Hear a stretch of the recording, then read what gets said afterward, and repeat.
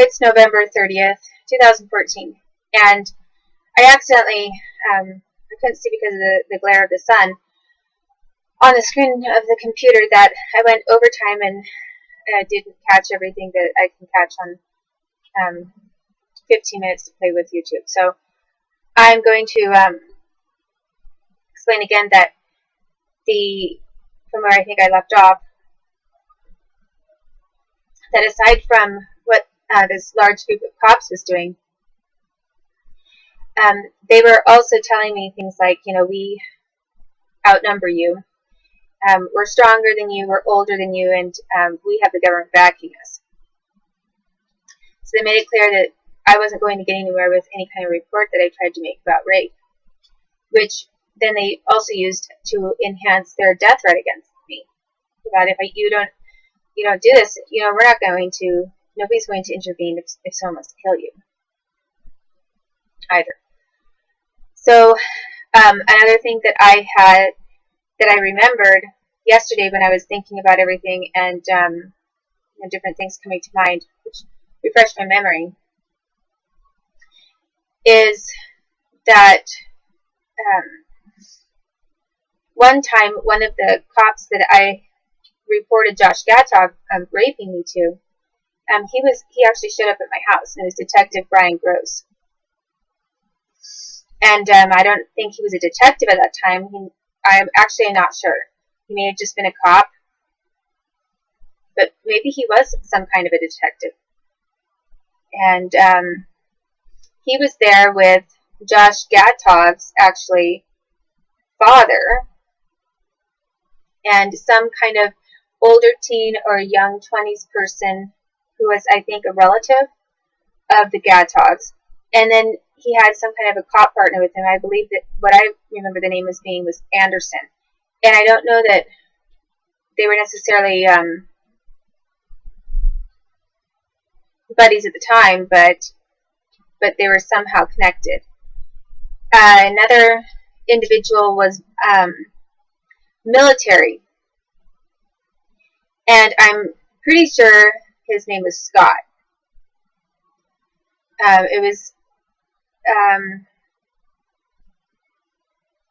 think it was Scott that was the name of the guy, and he had like light brown hair, and he was some kind of a military person. So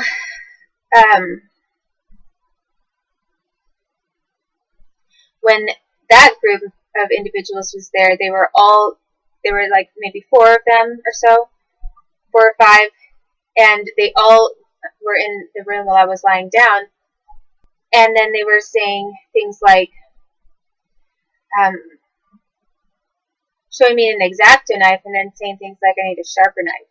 So this is actually really something that I had forgotten about, but it's pretty creepy because when Josh Gatov raped me, he had 2 knives with him, and he said that he needed to get another one because he needed a sharper one. And then when I tried to report this to the Portland Police Department, they directly had the same individual who sort of made fun of me when I was a kid about getting raped, and who knew the Gatovs already. They had him assigned to my rape case. And I didn't remember him at the time because I wasn't thinking about things that happened when I was way back when I was a kid. But when he showed up was right about the same time. It wasn't when I was super young, at least for that specific thing they did to me. It was when I was, it was at some point around before surrounding the time that all the other cops were coming in and putting their fingers into my vagina. And when I say they put their fingers into my vagina, I'm not saying they just touched me. I'm saying they inserted as much of their finger as they could into my vagina. And then they were moving it around, sometimes just putting it in and then taking it out. And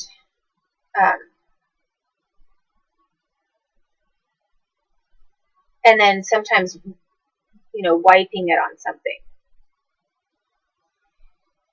and their finger, I mean. So that was after they gradually phased out the cops and this big group of what they were doing when I was a little bit older with that. I don't remember having too many incidents of being laid down on and repeatedly raped, like with groups. Again, at that point, they saved it up until another time. And, you know, for a couple of years later, when they actually got involved in trafficking me over to California, and they forced me to be in porn with being videotaped when I was a underage young teen. And there were cops that were cops and FBI, men and women, that stood by and made sure that I was getting raped and making it look like I liked it for these porn videos that they were doing. And another thing that they did was, around the time that after those cops had all been, it was either after all the cops came in and did this to me, or it was, yeah, I'm pretty sure it was right after, at some point after that. Some of them got nervous because a few of them too were lawyers that were involved, like Department of Justice individuals. And one of them stood by, got really whacked out, crazy nervous, basically that he was going to go to jail. And so he wanted more blackmail on my family, and to make sure that the rest of them didn't get in trouble for what they'd done to me. So he videotaped. He stood off to the side. I remember it being Rob Schneider and another person. But it was a larger, blonde, kind of, or light brown haired man and another man. And they stood to the side and videotaped everything. And, you know, sort of hands shaking, like they were like mad, a mixture of being extremely full of hate, extremely nervous, and then almost like in a perspiring kind of sweat, wanting to get some blackmail secured for themselves. So they had my Uncle Lauren go over, and they had my mom, or one of the Dixies, down on the floor, forcing me to be on all fours and telling me to let Lauren rape me and put his penis into my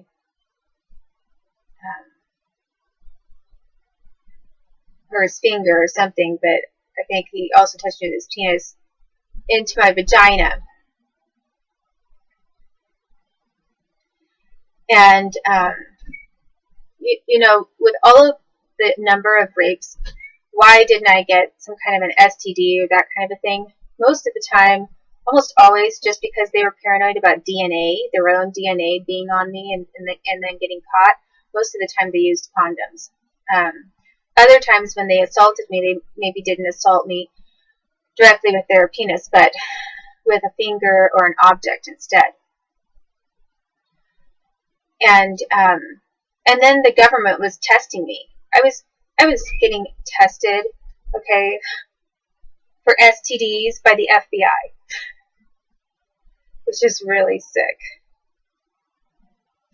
They were not reporting child abuse.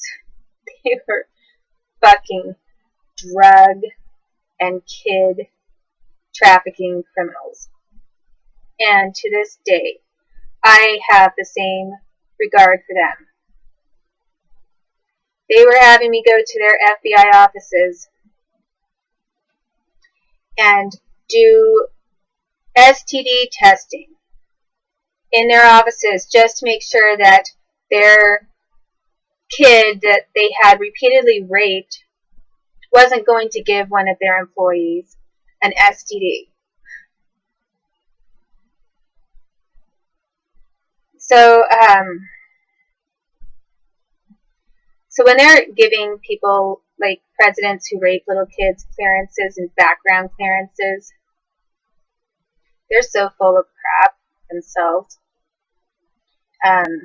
They'll give anybody that they want to give a clearance a clearance. Doesn't matter what they've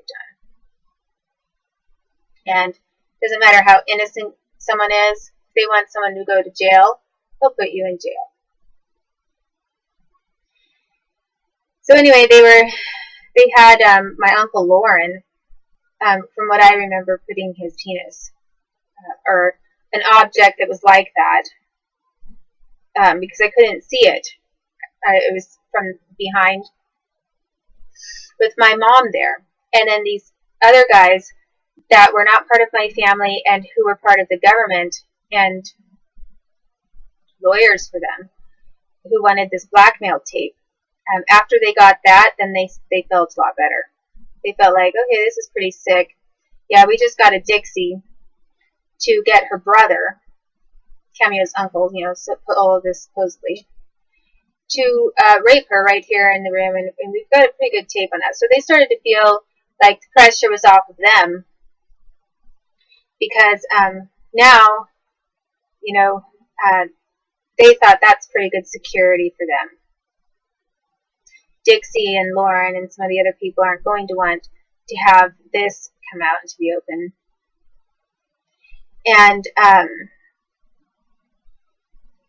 And so, anytime something comes up, we'll just blame them or blame other people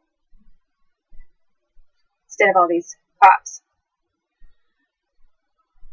So then, that's some of the blackmail stuff that was going into my being trained by government employees to be forcibly and repeatedly raped under the threat of being killed. And I was constantly being tortured, but then they also wanted me to know, one of these times, we'll kill you.